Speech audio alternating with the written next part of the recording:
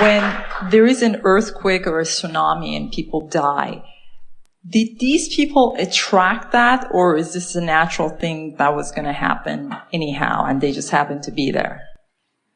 How? If you'll think of creation, you create your own reality, as attraction, if you'll think of it as cooperative components aligning. We had a conversation earlier with a friend who said, I got into the vortex and then my job went away. So she became cooperative to her joy and not cooperative to her discomfort. And when she was cooperative to her joy, then things that didn't match that couldn't stay around her. So if you think of rendezvousing, in other words, it's much easier to understand creation. That's why we talk about this vortex as this swirling environment where law of attraction assembles all cooperative components. So when you begin to look at anything that happens and you study it enough to get inside it enough to understand the attitude and the feeling of the majority of those who were having the experience, then you begin to understand why some people showed up in the Twin Towers on that day and some didn't. Why some went someplace else and some showed up. Why some end up on the airplane and some don't. Why some gravitate to a particular part of the world and some don't. In other words... So the earthquake in Haiti, did these people attract that? The answer to that has to be they rendezvoused with the manifestation that occurred because the vibration of their being matched it. And there is never an exception to that. And then people who are outside the vortex, who are trying to wrap their thoughts around what we are teaching here, then they proclaim, well, Abraham, you're blaming the victim. And we say, we are not blaming anyone, and we are not even identifying a victim. We are trying to free everyone to their own creation. In other words, we are trying to free the victim, so to speak, and help anyone or everyone understand that when you care about how you feel, and therefore you train your vibration to one that feels the best that it can feel, you can't be at what you personally would consider to be the wrong place at the wrong time. Now, there's another really big part of this, and that is you, just like you don't get to choose what sexual orientation anyone else has, you don't get to choose when the right time for them to make their transition is either. And you don't get to decide whether it was something that was in vibrational alignment with the larger part of them or not. In other words, you can't know what matches for anybody else. You can only know for yourself. And that's what makes these questions so interesting or so hard to understand the answers to. You would say, well, from my joy of life and from my understanding of what life is about, I don't want to be someplace where I'm taken out by a tsunami or by an earthquake. And we say, and from the vibrational nature that you've got going on, it's not in your vibrational escrow that would happen to you when you tune to the vibration of who you are, you see. But you just can't decide what was the right manifestation for other people. It is helpful when you say whatever the manifestation is matches the vibration. And you can't know whether the vibration was being offered because they were outside the vortex or because they were inside the vortex. That's the thing that is so interesting about the death experience. Some people make their transition because they are so in sync with the vortex that it's just the next logical step. Some make their transition because they are so out of sync with their vortex that the contradiction or the discord between who they're allowing themselves to be and who they are really being is so huge that their physical experience can no longer sustain them. But the reason their physical experience can no longer sustain them, stay with us, you're really going to like this, is because when you really know what you don't want, you've really asked for what you do want. And so anytime someone goes out in tragedy, what it always means is the asking of their life, of knowing what they don't want, caused them to ask for what they do want in such a significant way that it took something like that to bring it about. Did that make sense to you?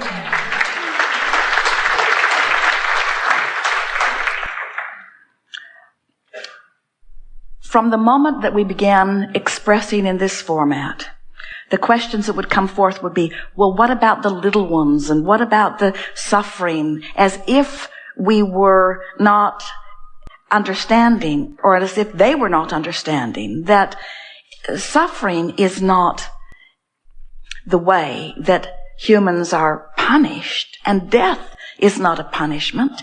Everything is about well-being being dominant, and humans, all that is, being called into the well-being through the path of least resistance. And sometimes, for some people, in large groups or individuals, the stakes of their life become such, because of the struggle that they've lived, that the path of least resistance to the joy that they have been asking for, fervently asking for, is through what is called the death experience. So, we know this is not an easy discussion to wrap your thoughts around. Earlier, as Esther would hear us speak like this, she would say, don't want to get too happy because I don't want to die.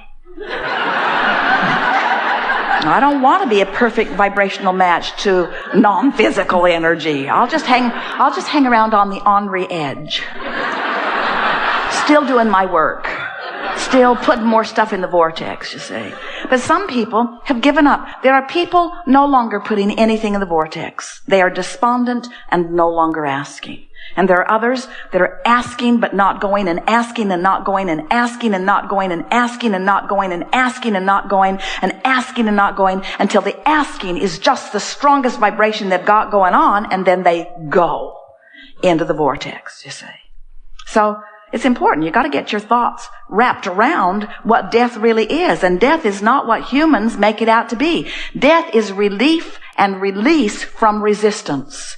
And there is no such thing as death in an ending form. It's just the releasing into more life.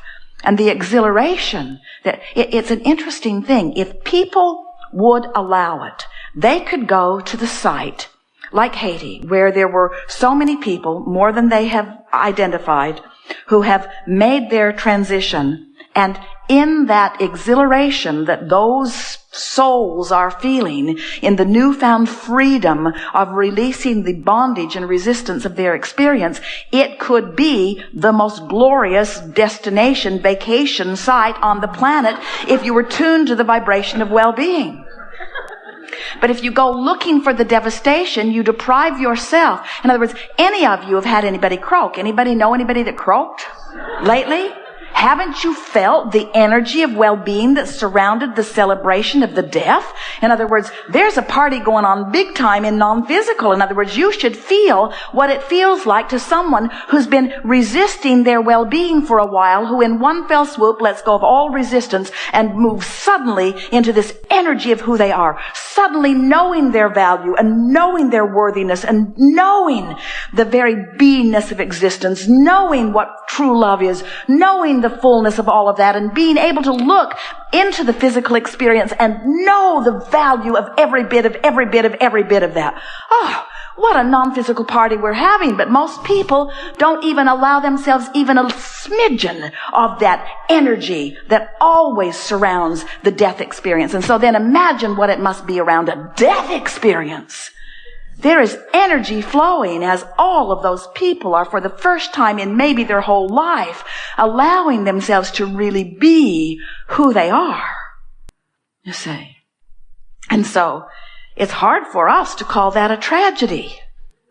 It's hard for us to call any death a tragedy, you see.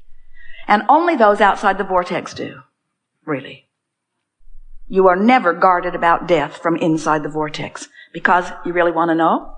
When you're in the vortex, you are dead.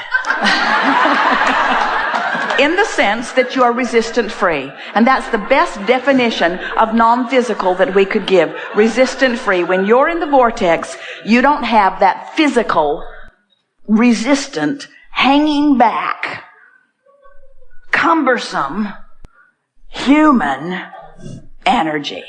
When you're in the vortex, you're as close to dead as it gets. Sweet. Sweet. Sweet.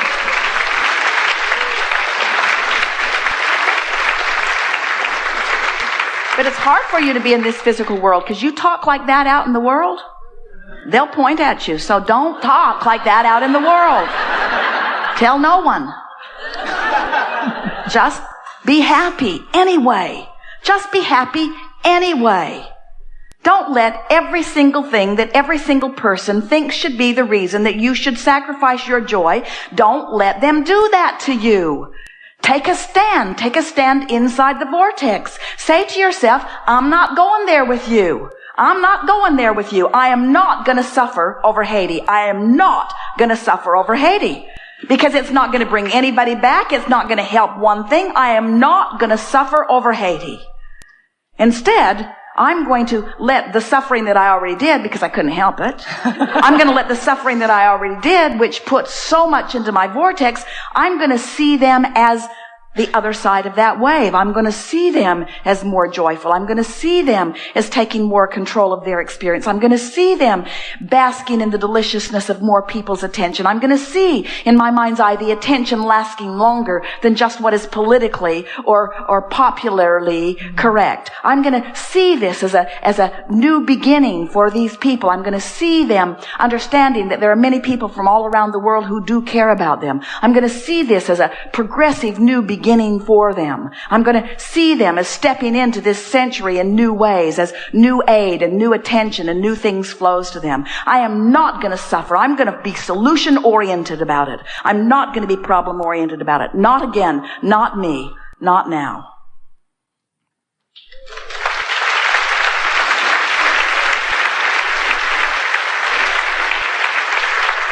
And then you get in on the true celebration. Then you get in on the celebration of those who made their transition, who then understand the value of what they lived, you see.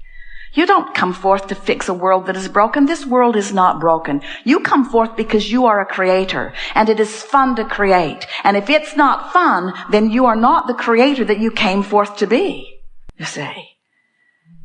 You came to experience contrast. Yes, you did. Knowing that when you take that step one, which causes you to ask, that source will wrap itself completely around the solution that you've asked for and hold a never-ending signal that you can tune into anytime you want, and that you can feel through your emotions whether you're tuned into the solution or not.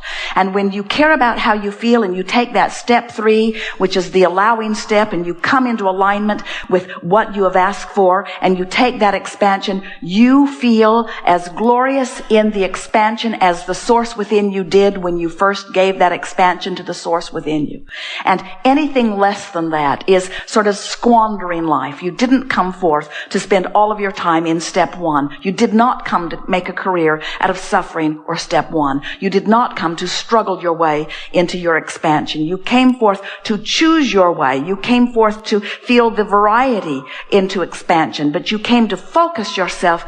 What you said you would do, I'll go forth and I'll see variety and I'll choose what feels best, and then I'll see more variety and I'll choose what feels best, and I'll see more variety and I'll choose what feels best, and in doing so I will live a joyful life as I help in the expansion of the universe. Not one of you said, I'll go forth and suffer my way. I'll suffer. I'll really put good stuff in the escrow for others. I'll deprive myself of it, but I'll put good stuff in the escrow for others. Not one of you said that, you say. Good. Thank you.